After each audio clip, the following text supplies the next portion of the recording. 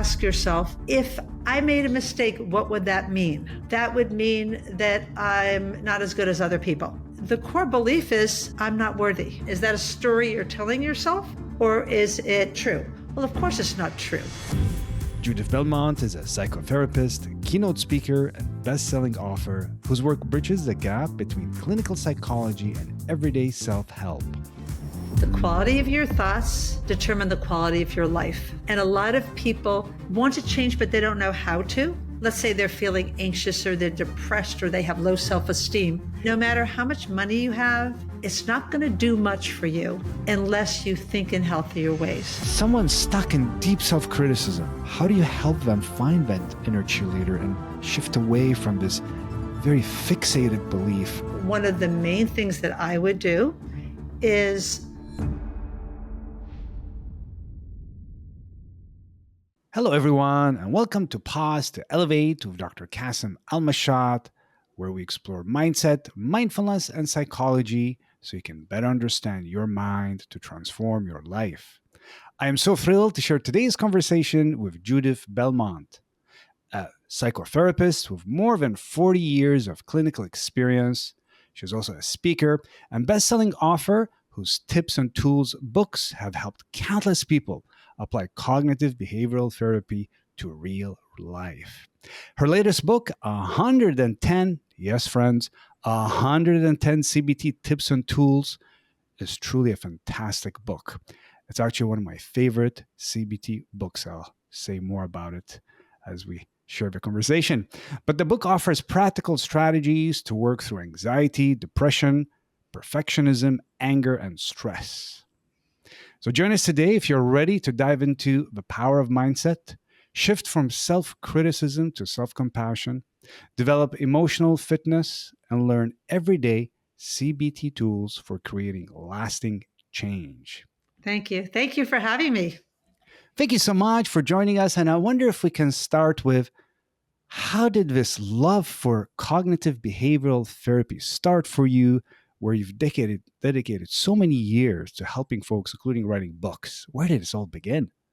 Well, not all my books are cognitive behavior. That was my last one, right? But that is definitely one of my orientations, probably my favorite orientation. Yes. And how I got there in terms of writing books is that I was a trainer for continuing education for other therapists. And the provider, which I think is the largest in the country, called PESI. Yes. It's funny. I've taken programs with them. Yeah. Yeah. Maybe I was one of your trainers. Yeah. Probably not, because it was a long time ago, about 20 years ago. Yeah. They were also a publisher. So they said, oh, could you write a book for us? Because they had just gotten into publishing not that long before. Now they've been in publishing for a long time and have a lot of, pretty well-known people that they publish for. But at that time, it was like the beginnings, and it was the beginnings for me. So it was a perfect synergy. And I ended up writing a book. And then I wrote for them a tips and tools for the therapeutic toolbox series for therapists in dealing with clients, giving them hands-on tips on how to help people deal with stress, manage anger, think more rationally, communicate better, just, practical life skills. And from there, I was published also by other publishers. So how I got to where I am now is kind of like that.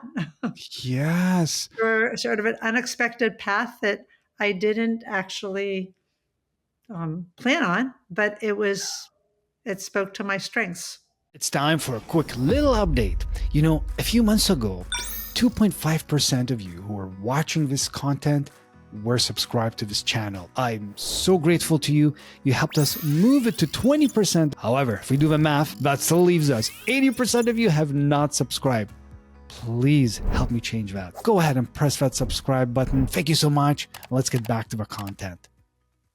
It's so interesting. So in a way, you discovered your love for writing after doing the work, like being in the field itself. Because not everyone would be interested in writing. Like, how many books do you have? It's like I have 11 books and 2 therapeutic card decks.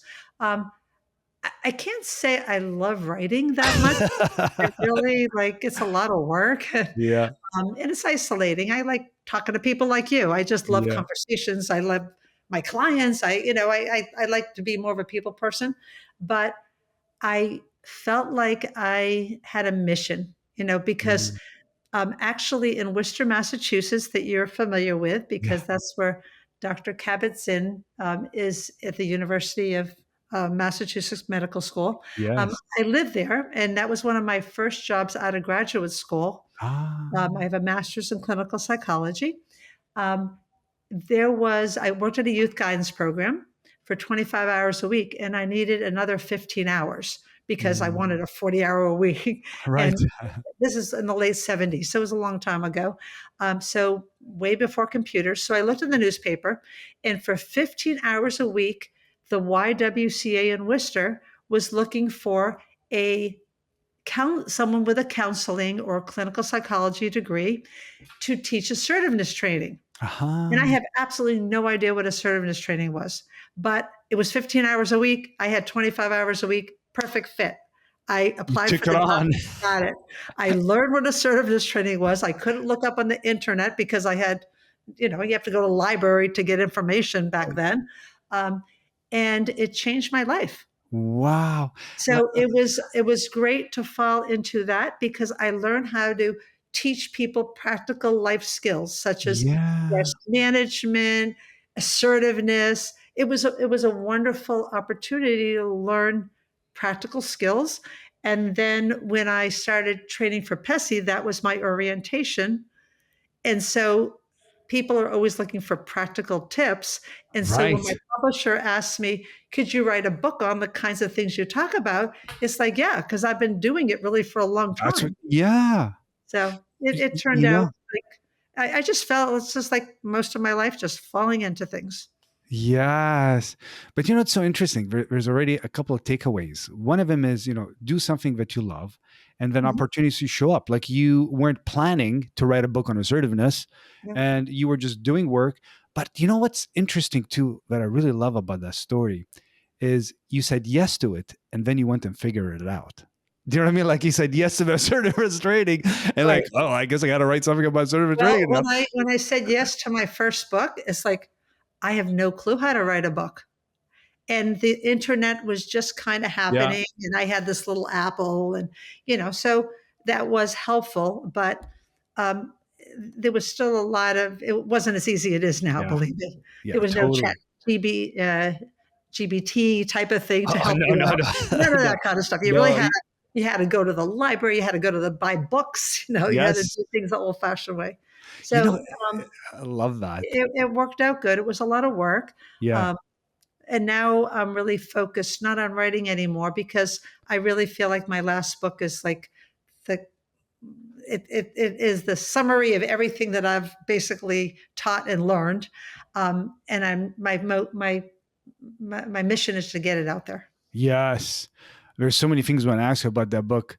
So many things. But you just remind me of something that really made me smile about libraries and how they are now, or information. And when I was doing my graduate school, this is 2002, even then, we couldn't get all the articles of doing a research paper or looking up for something. You couldn't just look it up online and print it. Had to physically go to the different libraries within the university, and I went to the University of British Columbia, and then take out the journal, copy the article, or microfiche. Some of it was microfiche. Some of Yeah, you like microfiche. Yeah, I some got folks a lot of listening microfiches. thinking, "What the heck is a microfiche?" It's a little thing you can take out and you put it under a little projector thing. Yeah, things are so Space different now. saver because it's Yeah. on microfiche. It's not on, so they can have a lot in the libraries because Right. it doesn't take up much room. Yeah, but talk about speed of information. Like I had to walk between libraries, look something up. Now it's right there, right there. And this is one of the things I so love about your book. You really put it in our fingertips, these Mhm. tools. So I wonder, Very called what I call user friendly. It's not complex, no, ways of doing things. It's very practical. super practical. And I want to go Thank to you. the different tools, but I wonder if we can start with, like, for folks who haven't heard of it, what is cognitive behavioral therapy, CBT? Let's start So, there and then we'll dive into the book. sure. Cognitive behavior therapy is changing your mindset to change your life. The Mm, quality of your thoughts determine the quality of your life. And a lot of people don't want to change, but they don't know how to. Let's say they're feeling anxious or they're depressed or they have low self esteem. Cognitive behavior therapy, mm, cognitive is mind, behavior is behavior. And it focuses on the thoughts that create your feelings, that create your behaviors. mm. And so, for example, if you think, oh, I'm a loser, that thought is going to make you feel bad. Yes. So, a lot of times we take some of those, what's called a cognitive distortion, irrational ways of thinking, as true. Mm, And what CBT does is it helps you challenge it and it gives you the tools of how to challenge it. What actually you do to challenge a irrational thought. So in this case, I'm such a loser mm. is that's labeling. That's a cognitive distortion. Right. That's general, all or nothing thinking. If you think in those ways, you're probably going to not be a happy camper. Mm, And no matter how much money you have and how great your job is or your kids are or how great you look, it's not going to do much for you unless you think in healthier ways. And mm. so what CBT does is gives you all sorts of techniques such as logs and diaries and worksheets and even things as simple as writing something down and asking yourself, is it fact or fiction? Right. I'm a loser. Is that fact or fiction? Is that a story you're telling yourself, which would be fiction, of course, or is it real? Is it true? Well, of course, it's not true. It's Mm. stories, but so often, if we keep on hearing those stories from Yeah. either other people or yourself, you actually think it's true. Right. So, CBT helps you be more mindful of your thoughts Mm. and it helps you step back and look at your thoughts instead of from them. It's called cognitive diffusion. It diffuses the thought from your head so you can actually observe it, like imagining it as like on a cloud. Right. I'm a loser rather than I'm a loser. There I Yeah. go again, having the thought that I'm a loser, and then watching the clouds disappear rather than I'm a loser and there's no place for it to go except you believe it. Mm. It's interesting in mindfulness, and the research referred to it as decentering, where we're not the center of our thought. We recognize we have the thought that's arising or the thought that's coming and going, but we are not the thought. Like, we're having an anxious thought rather than I am anxious or I am this. I'm label Right, ourselves. Like, I'm experiencing this thought. right. Yeah. Rather than this is my identity. I'm an Right. anxious person. I'm too anxious. I'm too sensitive. That's Right. labeling. That's another example of a cognitive distortion. I'll Mhm. never get it together. That's fortune telling. So, by identifying patterns of irrational thinking, that's called Mhm. cognitive distortions, then as long as we can identify it, we Right. can change it. If you don't identify it, you're going to believe it I think that's the trap that people fall into, is all the time. they hear the thought and they think, okay, that must be true. Like, Yep. maybe it's true. Or, the distortions you're naming. I share this in the one-on-one work that I do as well. And, catastrophizing or overestimating danger or minimizing or self-blaming, like, all these things, Right. often people can't see it for some reason. Like, they can't see, like, no, this is how I am. So can we step back even further, and can you share a little bit about core beliefs that fuel these, and what are core beliefs and why is it important to work with? Core beliefs are part of the essence of cognitive behavior therapy that you might focus on your anxious belief. Let's say you're going into a meeting Mm. and you're going to present and you're really nervous, which is very common for Yes. people in public speaking. And so you might, heart might be palpitating a little bit. You might be like real self conscious of how people are looking at you. And what is going through your mind? Often, if you're really anxious, is it would be terrible if I make a mistake. I don't want to goof up. I don't want to sound Wow. stupid, whatever. So let's say you have those thoughts. Then you ask yourself, if I made a mistake, what would that mean? Mhm. Okay, dig deeper. That would mean that I'm not as good as other people. Okay. If that was true, What would what would that that mean? just keep on shoveling down? That would mean that I'm inferior. If Uh, that was true, what would it mean? That would mean that I don't deserve to have this good job. If uh, that was true, what would that mean? The core belief is I'm not worthy. uh, And so often we focused on the anxiety of, oh, I don't want to make a mistake in speaking in front of public and in a meeting. But if we work on that core belief that I'm just as worthy as the day that I was born. I mean, mm, we don't look at a nursery and think, wow, this newborn is cuter than that newborn. They're mm. all beautiful. Yeah. But we don't compare until we learn to compare as we get older. Mhm. And social media does that um, to us a lot.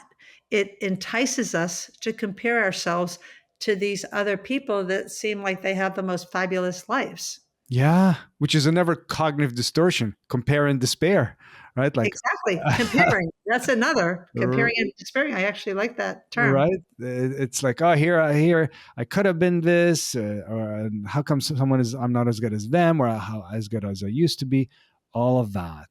So I love this kind of digging in, and metaphor I often share with people. It's like, digging into oil, like you're drilling down, you're drilling down, you're drilling Just down. imagine a shovel Yeah, digging to the core. let's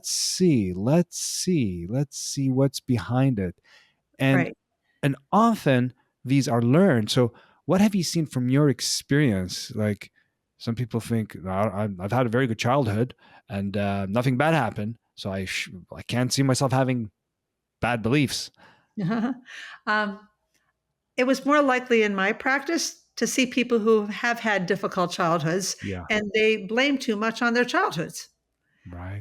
because they feel like a victim instead of a victor. And they think that they are this way because of the way they were treated Mhm. or the irrational pig Latin messages that they learned. But I've really never met anybody who meant to be dysfunctional. Right. So I always, it doesn't take away trauma because there are some people who actually grew up in real abuse and trauma. But Yeah, yeah, yeah. us have trauma in certain ways, whether it's the death of a loved one or losses of friendships and losses of important relationships or loss of your health or health of someone else. I mean, there's no shortage of ways that we can be traumatized. Right. Um, so it's how we react to it. And obviously, sometimes it's easier for some people than others because they have had maybe more support Mm, than others or a healthier diagnosis than someone else. But we all have the ability to make the best with what we have been given. yes, I love that. See, even that is empowering, because we may have had difficult circumstances, or for whatever reasons, whether someone caused us intentionally pain, or bullying or abuse, or whatever it is, or maybe it wasn't intentional but we developed some belief, like for whatever reason. And that's what thing that I really appreciate about CBT. We're not spending years analyzing what is the exact cause of what specific event led to. It's like, here's the core belief, it formed, Right. not your fault. Regardless of where you got there. Now, of course, I mean, I'm an introspective type, so Yes. nothing wrong with being introspective, Of but you course don't not. want to stop there. It's like looking at an old photo album. If you live your life in the old photo album, you're not going to live in today. You're not going to be able to be Mm, mindful. You're not going to be able to be engaged in the present. So it's nice to review. It's nice to look back and learn from, but you just don't want to live there. I love that. Just use it as a springboard. So if we go Use to it the as a past, it can be helpful. springboard. And I have this saying that I really like. which is the past can make you either weaker or deeper. And Ah, you can decide, it's up to you. Because so often I would have clients that felt like they were powerless because, oh, my husband's like this, or my parents are like that, or my kids are driving me crazy. And by learning better cognitive skills, mm, thinking in more healthy ways, and knowing how to undo some of the healthy thinking, you end up being maybe bruised but wiser. mm, And it all has to do, I think, with forgiveness. uh, Forgiving yourself for not having the foresight to what is now so obvious in hindsight, which a lot of people I would find would kick themselves for not knowing then what they know now. ah. Like And blame themselves. big time. Mm, And, or blaming others and feeling like they're to blame for my unhappiness. And either way, you're going to have what's called a fixed mindset instead of a mm, growth mindset.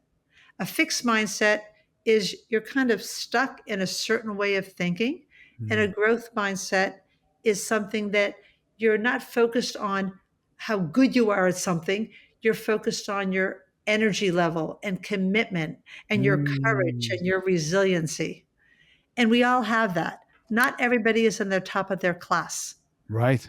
So you're focusing on the process, really, not the outcome as you're describing it. This growth mindset is like, what am I learning? What can I Exactly. do? Yeah, yeah. And those who have a growth mindset are generally much happier people Mm, than those who have a fixed mindset because they're only as good as their last promotion. They're only as good as their last game, or they're only as good as like yeah, achieved.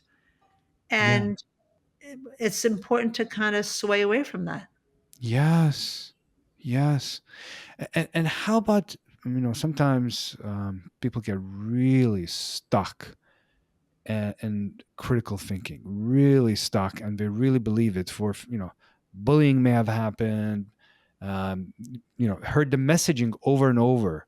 You're not good. You're worthless. You're useless. Nobody likes you. And then they see people avoiding them. um, so I have, I guess, a question that I want to ask you, but about that, and read something from your book. So this is a long question. Look, So tell us. you're right in the book, and this is about like shifting away from self criticism. Say CBT gives 100% of a control to the individual to move forward by unlearning unhealthy patterns and embracing a healthier self view. Love that. And then you describe this turning the inner critic to an inner cheerleader. Mhm. I love that. So, someone stuck in deep self criticism, how do you help them find that inner cheerleader and shift away from this very fixated belief, no one ever is gonna like me, or whatever beliefs? There's no one approach that works for everybody Yeah. in any single time.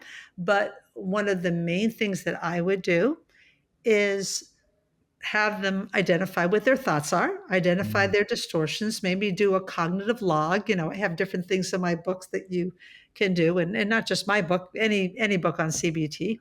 Um, and because CBT focuses more on what happens between sessions rather than what happens in session. right. It's, you have to do a lot of practice. If you went to a personal trainer to be more physically fit once a week, you're not going to get very far. You Right. really If you only want just do that the session. trainer. Right. You want the trainer to teach you so that you can do it on your own. And so when I was using a personal trainer, just briefly, because I'm not really into going to the gym, but I would meet with him and then I would go a few times in the week. Then the next time I was with him, then I felt like I was making progress. But then there was Mm, some times when, I wasn't too motivated and then life got in the way. And then I hadn't done anything until that next week. And like, what was I doing? Because I yeah. wasn't really working on it myself. So you need to practice. You need to keep on practicing all that. Mhm. But So the other thing, persistence. persistence and Persistence. Yeah. practice and Practice. Yeah. practice. Yeah. But a lot of times people don't know what to practice. It's like, okay, I'm supposed to think more clearly. How do you do that? Right. So, like what I say is write your thoughts down. Are they, if they're disturbing thoughts, do what's called cognitive restructuring. Restructure it. The example, like what about saying, she drives me crazy. Mhm. Okay. I'm really upset with some of her behavior. So let's What's say, the yeah, difference? One is I'm the victim, and the other one is I'm in control, but I'm accurately looking that I am upset about some of the ways she's acting. But yeah. one of them is temporary, that she's acting rather than she is. She's just Ah, acting because everybody deserves another shot to change and grow and whatever. So that would be an example of temporary versus permanent thinking. that's a You know, change in perspective. it's all perspective, but Yeah, I've always said to my clients, perception is more important than reality. You yeah, might think that you're right, but if someone has a different perception, there's no way you can change someone else's perceptions.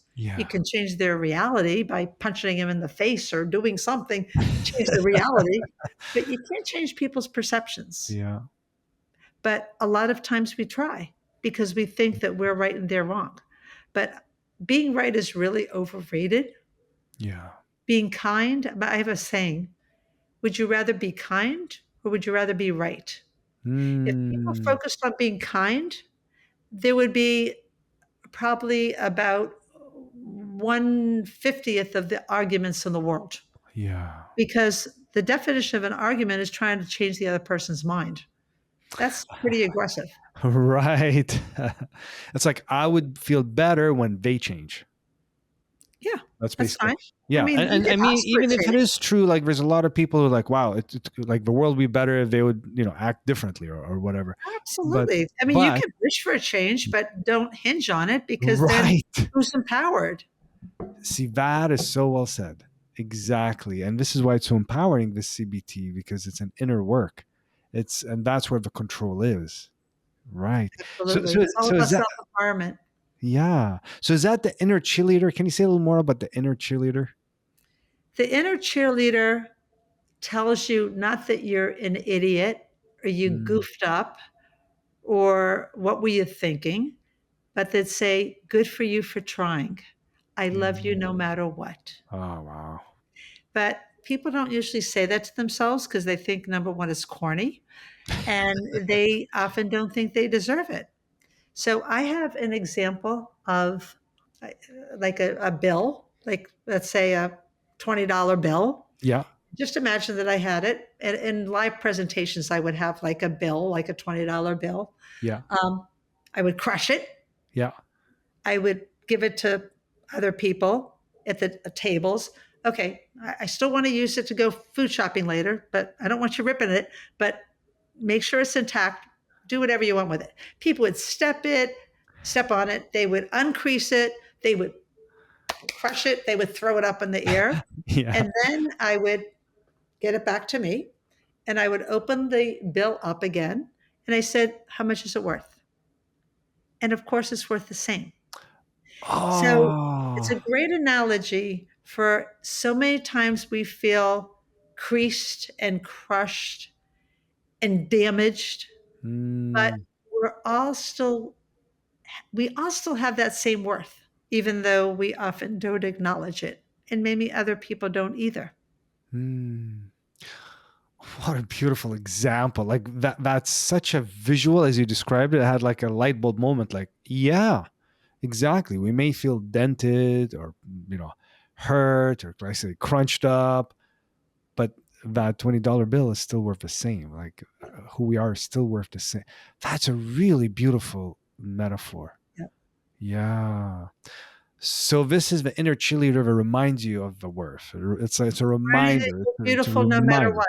And A forgiving reminder. yourself and Yeah. saying, you know what? You acted out of character. You acted in ways that you wish you didn't, not because you're bad, because Mm, there's been triggers and right. there's some hurt there. And I love you anyway. Yeah. rather than, why did I do such a stupid thing? Because we talk Yeah. to ourselves completely like we never talk to anybody else. Yeah. You wouldn't ever say that to your best friend.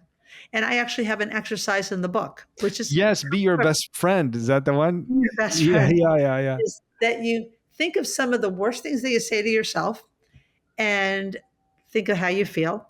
And then imagine the person in the world you most admire and they said the same thing too.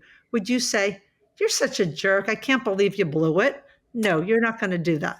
Generally, you're going to say, "Oh, you were triggered. You had a real rough day.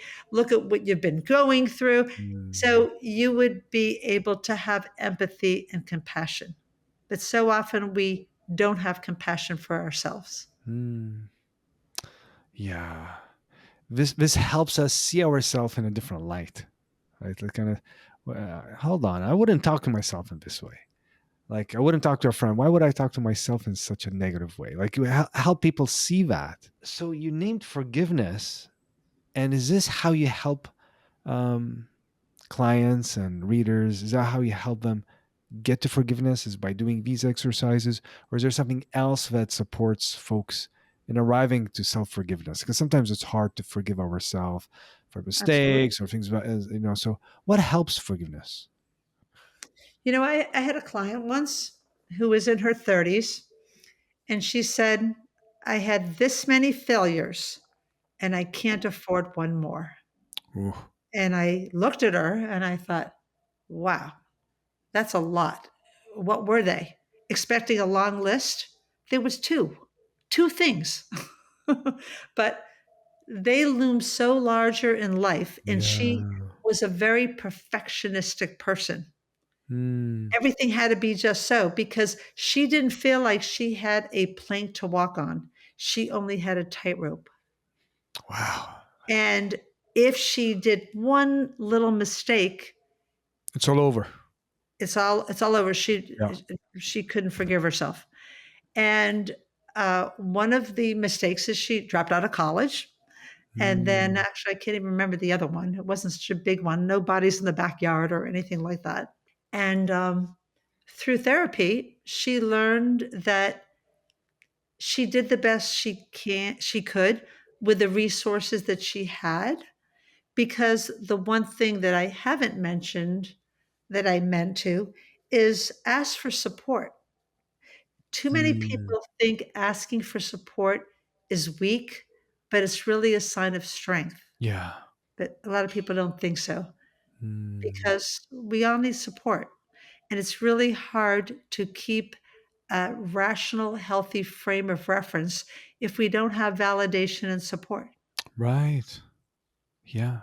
And it's hard to see our own blind spots. Yeah, it takes a lot of courage. I also work with, first responders, and what we have in Canada is the, Canadian Royal Mounted Police, RCMP.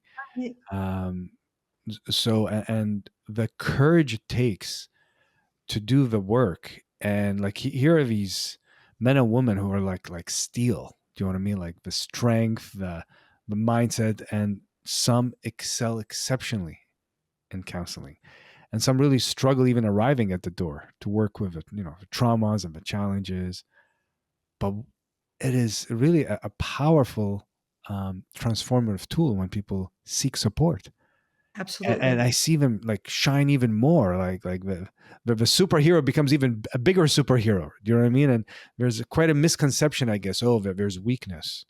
um, Just even the act of telling someone something yeah, and not being alone with it and yeah, having someone that you trust. Of course, you want to be careful of who you trust. You don't just tell right, anybody. of course, But if you're discreet about someone who's trustworthy, that can be very transformative right there. yeah, And sometimes people go to therapists because they don't have enough healthy people in their lives that they feel like they can share their innermost thoughts with.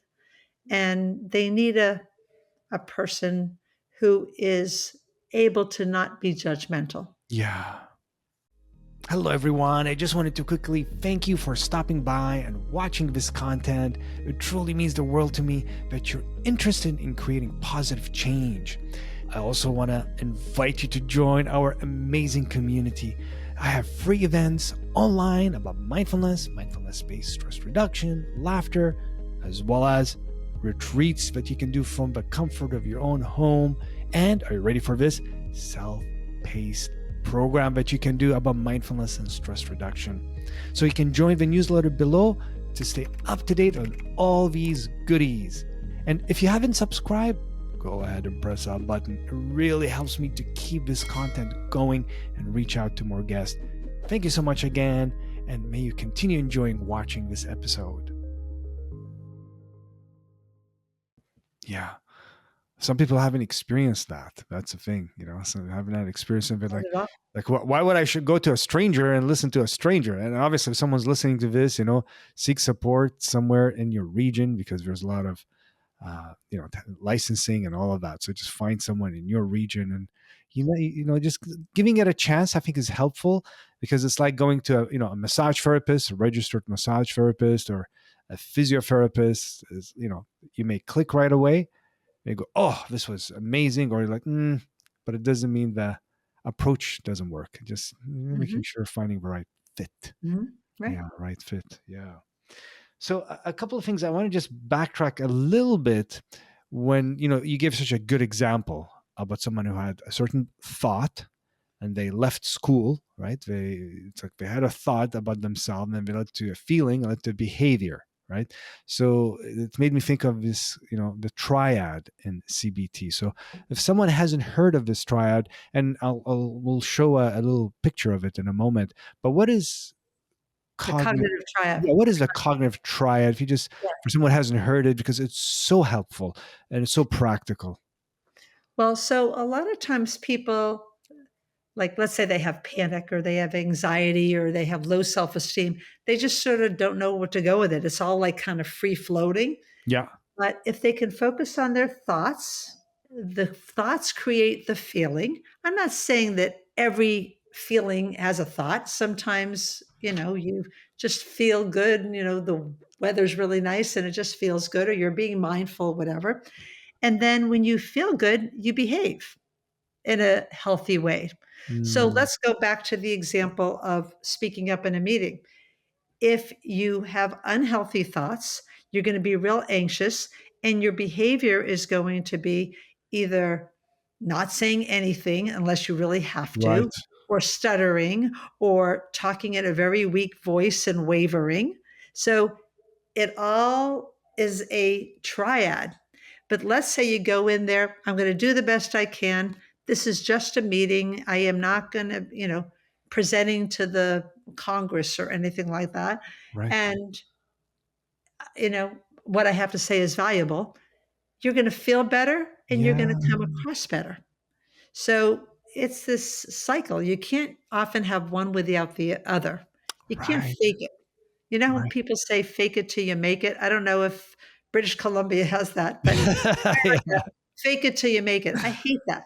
I hate Yeah. that Yeah. little saying, because why would you want to be not authentic? Yeah. Now, that doesn't mean you always have to be bluntly honest, Right. if you, Be rude. awful, Right. but why would you want to fake anything? Yeah. Yeah.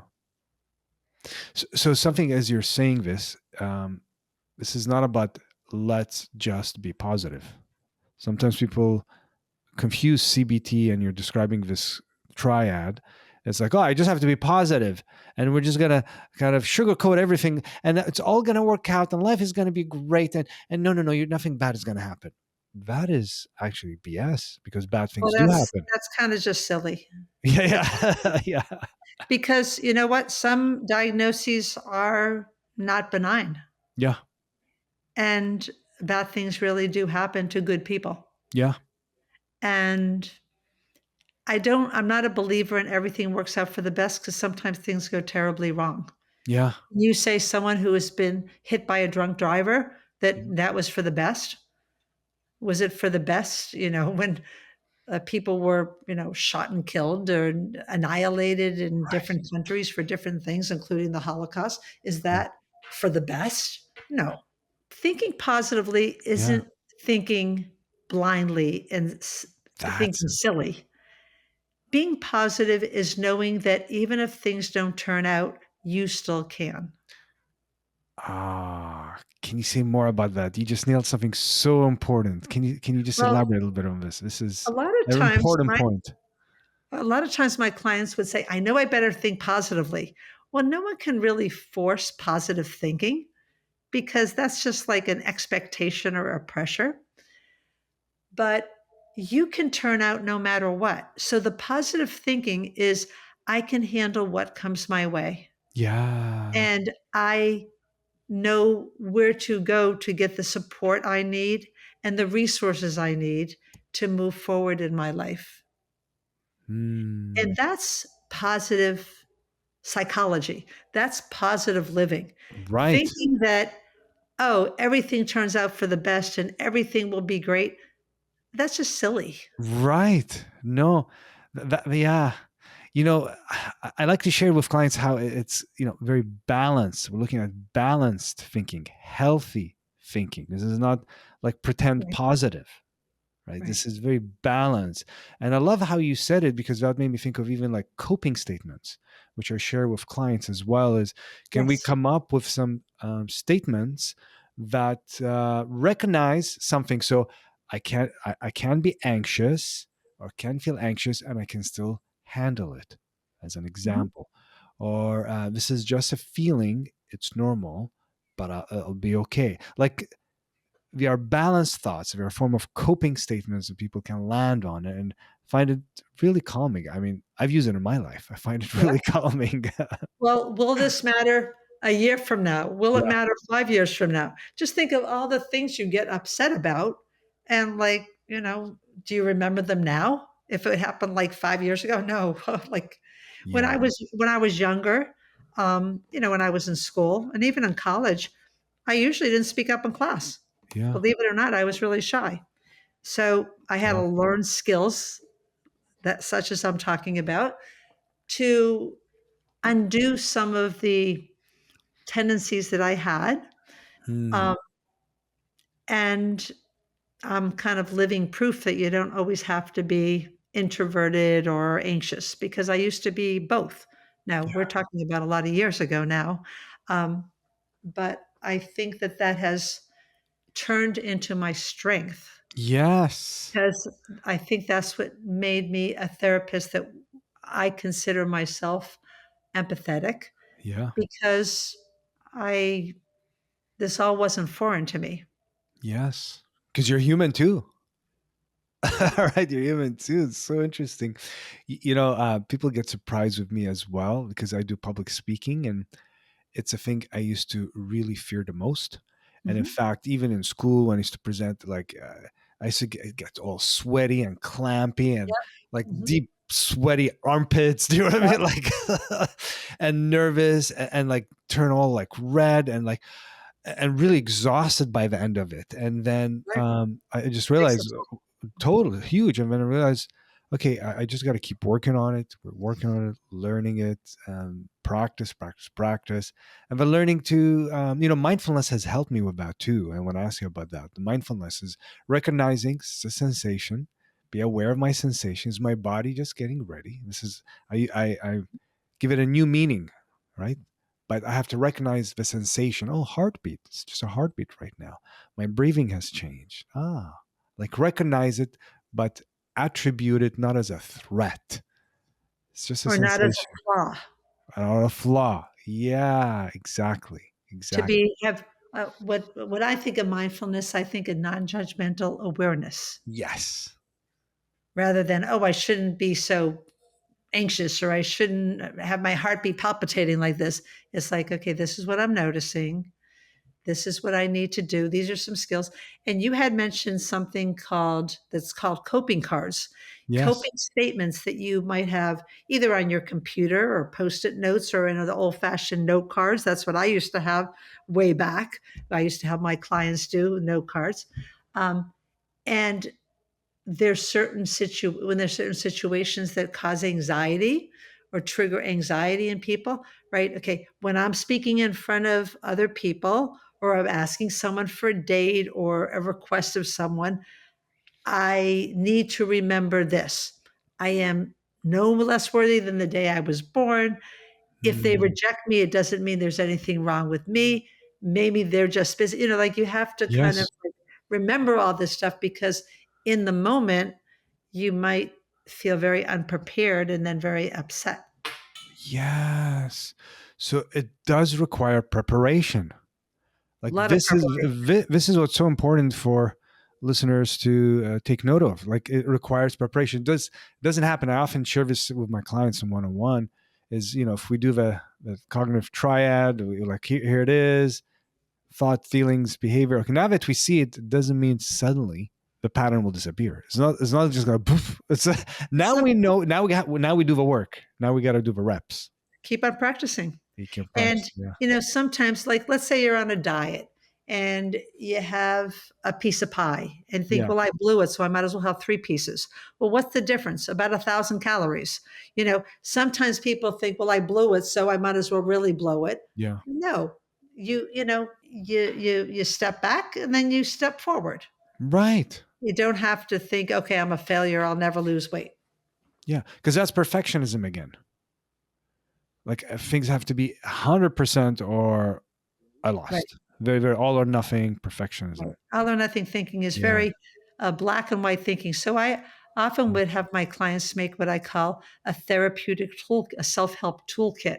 Mm. So let's say in a basket or in a jar, maybe they'd have a crayon, and that crayon would remind them to not think in black and white, think in terms of color. Ooh, I love that one. That's an example. Or in America, there's the Hershey Kisses. Yeah. Remember the importance of being kind to yourself and others.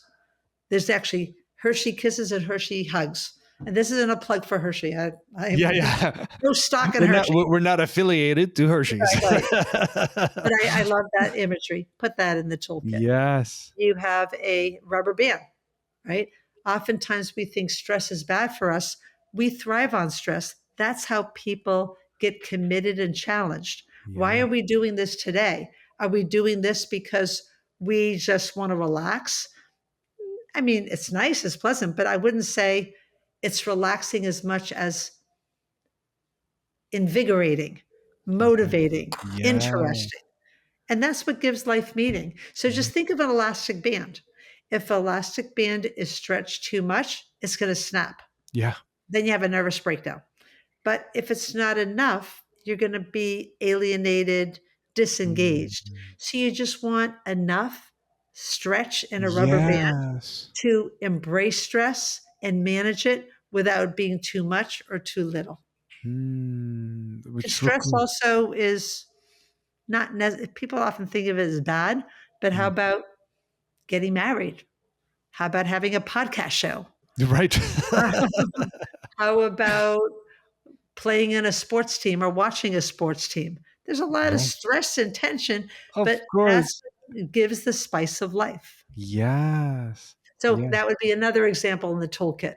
So I would have like my clients say, go at home and pick little things that represent and visualize to you a self-help toolkit. Yes. They would do that with their kids and everything, and it's good visual reminders. And coping cards sometimes was in there. I love that. I actually picked that up myself from DBT, dialectical behavioral therapy, this wellness box, which is the same Oh, idea, right? So all they have right. the Never same heard of that. idea. It's just like creating a box, picking a shoe box or getting from like a dollar store, so a simple box, Yeah. coloring it, making it useful, like feeling good about it and putting things exactly like you're saying. Oh, wow. And because what's so Never heard helpful of is that with DBT. yeah, because then it becomes a physical thing to go to. Mhm. Because when we're activated, we often can't think, and it's like I just go get the box. I often tell clients, just go get the box, look at it, and do something that's in there to Yeah. remind you. And then you can also take pictures of it. So if you're out and about, you're not carrying the box with you, the shoe box. you can you'll be reminded of Right. it. But some of those reminders, you might print up from the computer Yeah, and put it in your wallet, yeah, just to remind you or to maybe to help visualization, put it on your phone, some photos. that Yeah. are relaxing, even like a relaxing scene or something like that. Yes. We I are, you love know, that. different people have different things that work for them, and there's no, you know, one or few things that work for everybody. Yeah. Some things speak to people and some things don't. And this is one of the things, like your book, 100 and what is it? 111? 110. 110? I mean, 110. So something from there will land for everybody. You know what I mean? Like, it's like a lot of options in there. There's A lot of options. So, you were mentioning earlier about mindfulness, and it's something that has been very supportive in my life. And, I ended up doing retreats and teaching mindfulness based stress reduction. And it really inspired me to create Center for Mindfulness Canada. Mhm, So it's a big part of my life. So I'm mhm. wondering, can you share a little bit about the intersection between mindfulness and CBT and how you found it helpful? Well, I think that the more modern CBT Mm, has incorporated mindfulness in it mm, because in CBT, if you're trapped in your thoughts, you're not present thinking. mm. You're kind of reviewing the past, thinking about the future, having judgments, self talk that maybe is keeping you stuck. And when you're mindful, you are more non judgmentally aware. Right. Yeah. So it dovetails very well. DBT actually is kind of the poster child. Mm. I don't know if that's the right word, but that's the only one Yeah, I yeah. can for meshing mindfulness and CBT Yes. because DBT is made up of four quadrants, Yeah. and one of them has to do with CBT principles. Then there's the assertiveness principle, Yeah. emotional regulation, and Distress tolerance. what was that? Distress tolerance. Distress. Right. Right. That was the words I was thinking of. Yeah. And mindfulness helps with that. Yeah. So, you know, you having different approaches is really good Yeah. because it brings, but I would say DBT has done a good job of having East meet West, Yes. having like Eastern techniques with Western techniques such as CBT, and Yeah. has had a nice combination Mm. with practical skills. Very practical. I love how you said it.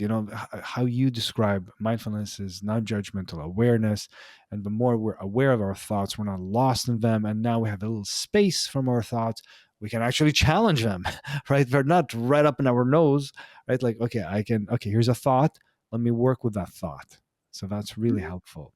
So I actually have so many more questions, but I know we're just nearing the end. So I'll leave it to two questions, Okay. if it's okay. And towards the end of the book, you speak about wellness tips for a happier you. Mhm. Wellness tips for a happier you. So, can you say a little bit about this, like happiness and CBT? Like, Um, People who are grateful are generally happier. mm, And a lot of times people focus on what's missing in their lives rather than what they have mm, and what is left. So just think of like a donut with a hole in the middle or a bagel with a hole in the middle. Some people focus on the hole, WHOLE. yeah, Some people focus on the little hole in the middle. right. When people are more grateful and they count their blessings more than their disappointments, they generally are happier. Mm, So that would be an example of yes. a happiness mindset. Another happiness mindset is being compassionate to self and others. Mm, That's super important. yeah. And we actually talked about it before, having a growth mindset Yes. instead of a fixed mindset. Mm, It's really an attitude that is more important than actually your innate knowledge. Some mm. people think the smarter you are, the happier you are. Absolutely not. Yeah, like get more information, learn more, more. I'm behind on knowledge, and no, that's not No. gonna lead to I'm happiness. not saying you don't want to get smarter. I'm not Sure, saying sure. it's not good to be intelligent, but that's not the key to happiness. The Yeah. key to happiness is non judgmental awareness, gratitude, having connections, Mm. all the thinking clearly, all the stuff that is something that you can't buy. Right. So beautifully said.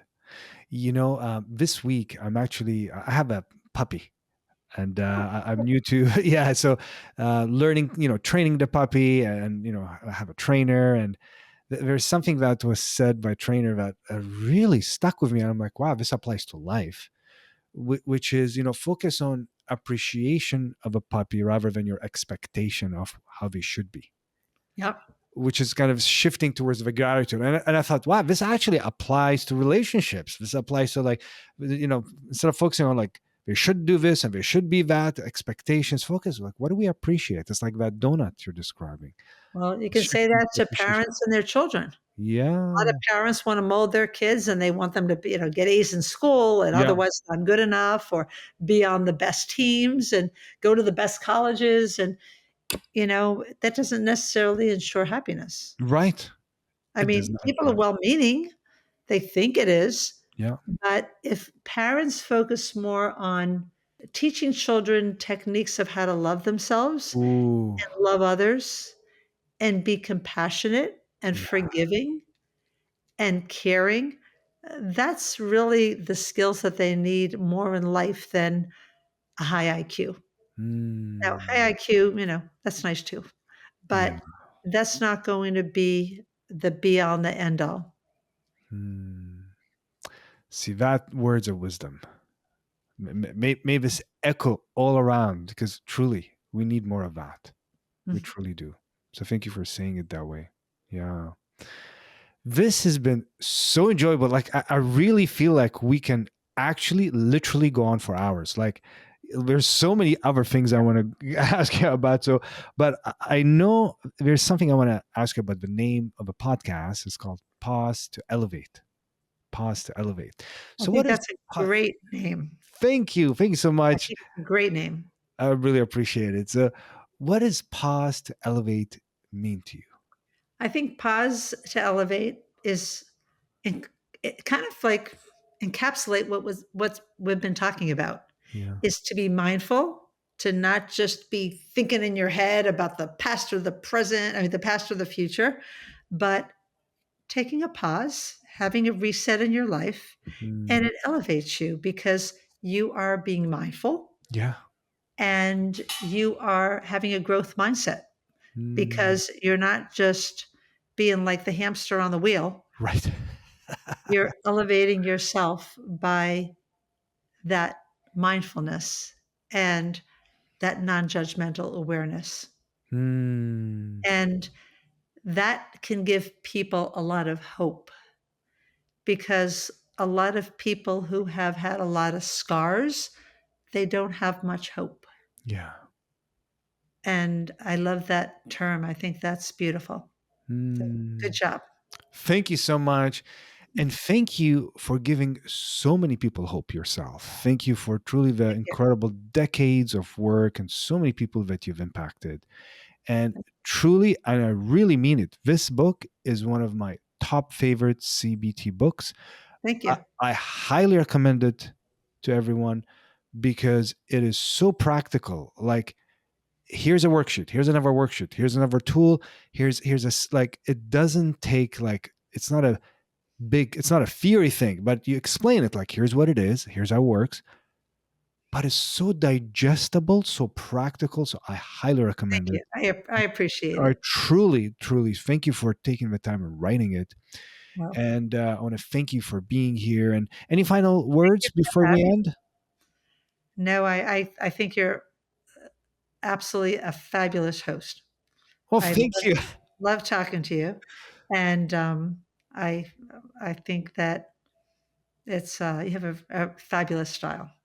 Thank you so much. I really appreciate you. I really want to thank you. And I want to also thank all the listeners for listening and watching.